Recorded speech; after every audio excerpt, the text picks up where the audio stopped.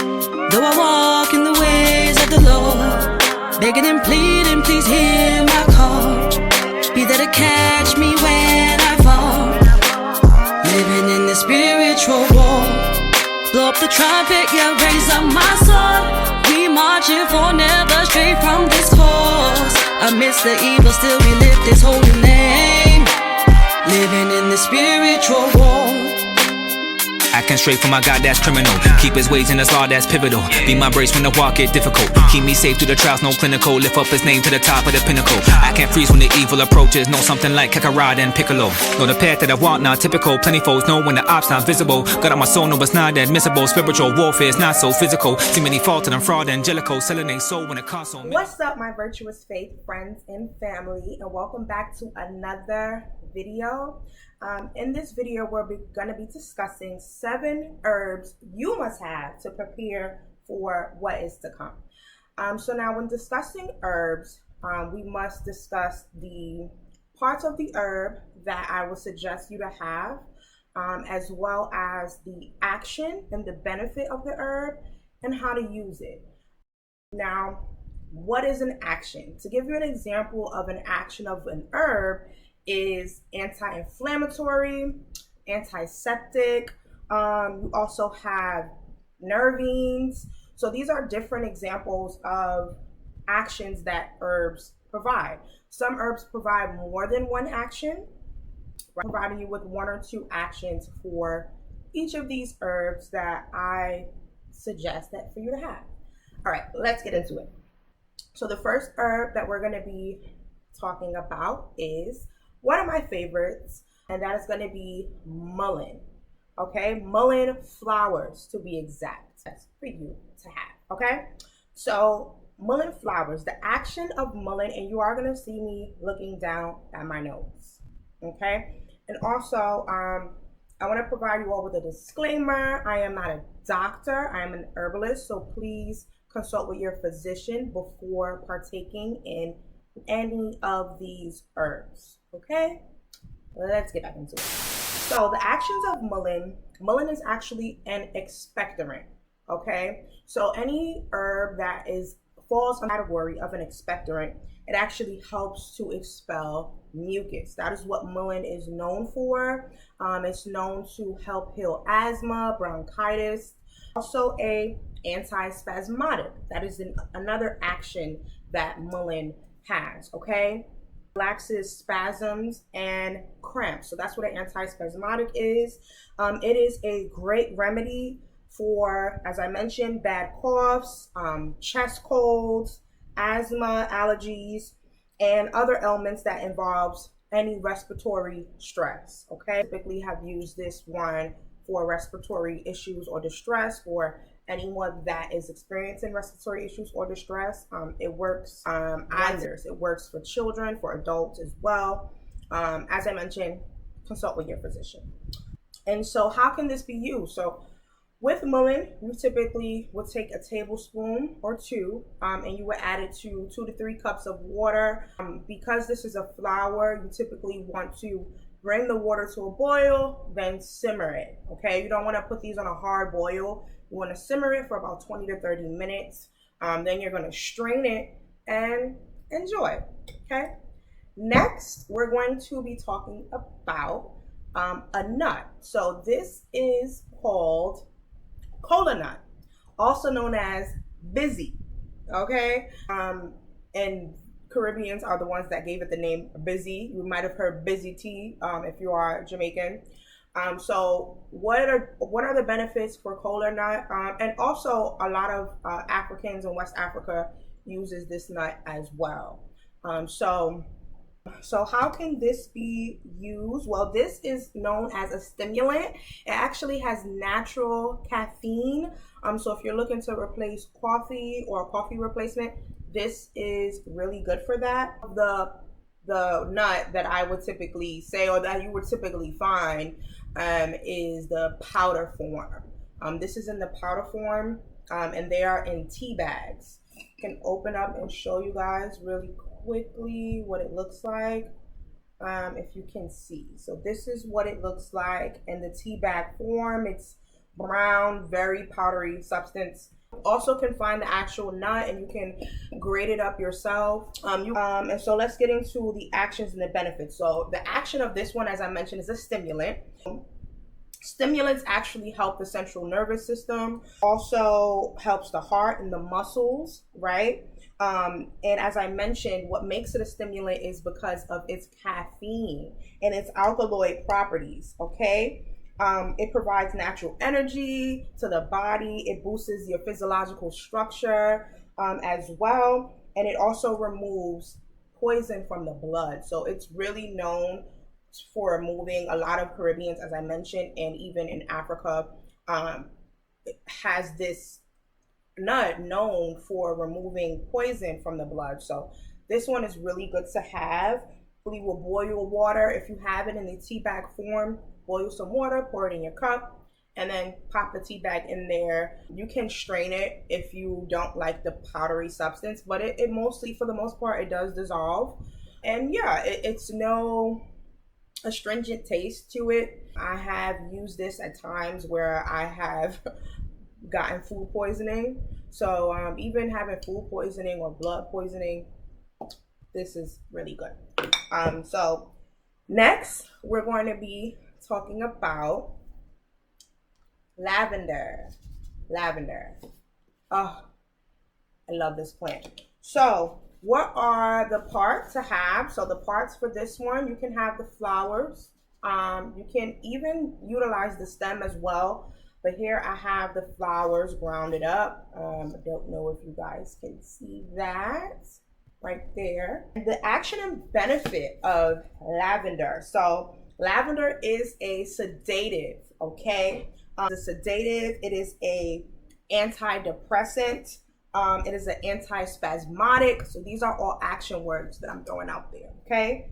It helps to relieve stress, menstrual cramps. I have used it countless amount of times for menstrual cramps. As you can see, I'm almost out of it.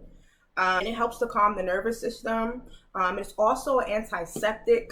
That's another action there. It's also an antifungal, another action that it provides. And it can also heal colds, coughs, flus. Okay, so lavender is really good. You can even utilize the oil just to have the essential oil. You can sprinkle it around your room. It sets a great calming atmosphere. So I would definitely advise you to stock up on this. I have to restock up on this. You would just take 2 to 3 teaspoons. You would add it to about 2 to 3 cups of water. Boil it again. As the mullein is the flower form. This being in the flower form, you don't want to hard boil it. You want to just bring your water to a boil and then simmer it for about 20 minutes, strain, and enjoy. Let's get into the next one. The next one we're going to be discussing is, drum roll, soursop leaves. This is my favorite. This one I typically like to drink almost every day. This is definitely a safe herb to take, and you can drink it every day. It's really good for you. These are the leaves. I'm just taking it out to show you guys what the leaves look like, okay? And if you guys want me to do another video on where I get some of these herbs from and where you can source them from, let me know in the comment section. Okay, so these are soursop leaves. Now, what are the actions of the soursop leaves and the benefits? So soursop leaf actions is an anti-inflammatory. It is also an antioxidant, right? So it helps the body to combat inflammation. And a tip as well that I wanted to provide you guys with is that most anti-inflammatory herbs also acts as a emollient, okay? Now, what does emollient mean? Right? That is also an action word. So an emollient action, these are remedies that soften, soothe, and protect the skin. Yes. Soursop leaves is beneficial for your skin. So if you want your skin glowing, drink some soursop every day. And then you can also, if you can find the fruit near you, you can eat the fruit as well, if you can source the fruit. And it also is a preventative herb. It has been known to help eradicate and prevent cancerous cells as well. So for these, because these are leaves, you do want to bring these to a hard boil, and you want to boil them for about 30 minutes. Bring it to a hard boil, and then you will just strain, drink, and enjoy. Okay, so great. Next, we're going to get into the next herb, and that's going to be sarsaparilla. Okay, this is the root that I have here. So sarsaparilla root is so great to have. There's so many benefits to it. If I can show you how the roots look, there we go. Dropping some, that's okay. This is also a stimulant, specifically for the circulatory system. Okay, it promotes blood flow. It also is a preventative, and it inhibits migration of cancerous cells. So it's a great benefit to help prevent cancer as well. And it removes toxins from the blood. So similar to what this nut does, busy, this also helps remove toxins from the blood as well. It does that by way of urination, which supports kidney health. Okay, so sarsaparilla actually helps support kidney health. And how do we make this? We make this in a form of a decoction. What is a decoction? Well, it's similar to how you would make the leaves. So leaves and roots, you bring them to a hard boil for about 20 to 30 minutes, strain, and enjoy. Okay. Next, the last two that we're going to discuss is, and I'm going to discuss these together because this is both in the algae family. So that is going to be sea moss and bladderwrack. So here I actually have sea moss and bladderwrack powder. Get sea moss and bladderwrack in the powder form. There's sea moss and bladderwrack powder.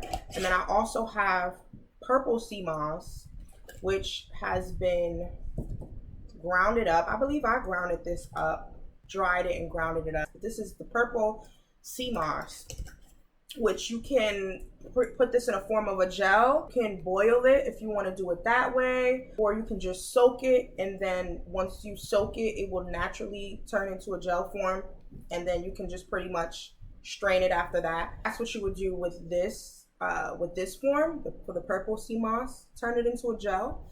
And for the powder form, you can typically just boil some water, and after boiling some water, you could just pour it on top of about a teaspoon of the powder if you want to take it that way. Or you can just mix it in your water, really, and just drink it that way. If you are someone that doesn't like the taste, you might want to use hot water and not cold water. Okay? And so I'm jumping ahead. Let's talk about, for algae, the actions and the benefits. So as we know, these contain a lot of minerals, right, and vitamins. About 92 of minerals and vitamins are in these algae plants. And I am going to insert here a short clip right here. Fair use. This is for educational purposes only. You're looking at a climate hero. Food, fertilizer, plastic. This green machine can do it all. We're on the verge of a revolution. It even sucks CO2 out of the atmosphere and reduces the methane in cow burps. Oh, and you have it to thank for all life on Earth. So what are you looking at? It's algae, 3.5 billion years old, and we're only just figuring out its potential. Algae are actually like the plants in the ocean. And so they do the same process as plants do on land, which is photosynthesis. So they take up CO2 and they convert it using sunlight. This is Mar Fernandez-Mendez. She's a marine ecologist studying how algae capture carbon and impact the whole marine food chain. When an algae uses up that carbon from the ocean, then the ocean immediately absorbs carbon from the atmosphere, because it's in constant equilibrium. So if you remove something, it needs to get equilibrated with the atmosphere again. Ocean algae absorb 1/4 to 1/3 of global CO2 emissions every year. But all algae do this, even if they aren't in the ocean. So no matter what it's used for, growing algae captures CO2. and humans have been using algae for thousands of years. Indigenous peoples from the Americas to East Asia are the original seaweed farmers. Seaweed was even mentioned in the oldest known Japanese poetry. From Ireland, a type called Irish moss is used worldwide as the food additive carrageenan. Algae also helped people there survive the Great Famine of the 1840s. Today, algae aquaculture is most well developed in Asia, where it makes up a large part of the cuisine. That clip was very interesting, right? Lots of information shown in that clip. It is an anti-inflammatory, antifungal. These are also great for your gut health, antibacterial, and beneficial for the heart as well as physical stamina. Also rich in zinc, copper, for our just overall physical health and structure. So I would highly advise for you to stock up on sea moss. As mentioned, you can get sea moss in the powder form. You can find sea moss, purple sea moss, gold sea moss. Just be sure that you are getting an authentic quality sea moss. You want to purchase the ones that are not packed with salt. And so I'm not going to get too much into that. If you want to know more about, again, how to source these herbs and these plants, then comment below. All right, guys, so that's it. That's all I have for you all today. Thank you, my virtuous faith friends and family, for tuning in today to this video. We're also going to be doing more content like this. So if you are interested, if you love this content, please like, comment, and subscribe. And these are 7 herbs that you need to prepare for what's to come. Shalom. Though I walk in the ways of the Lord, begging and pleading, please hear my call. Be there to catch me